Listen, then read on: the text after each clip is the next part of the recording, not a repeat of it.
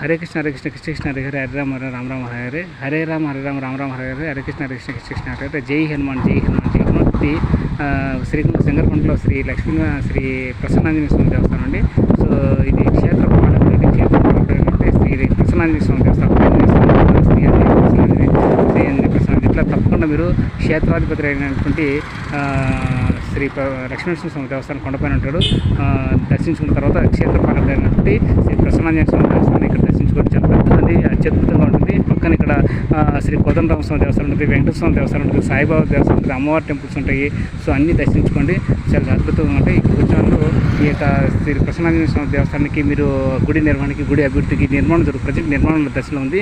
So లోపల గర్భగుడిలో నిర్మాణం చేస్తున్నారు, చాలా అద్భుతంగా కడుతున్నారు. సో అది వీడియో చేసి చూపిస్తాను. సో తప్పకుండా ఈ యొక్క గుడి నిర్వహణకి, పూజా కార్యక్రమాలకి, అన్నదాన కార్యక్రమాలకి హరే రామ కృష్ణ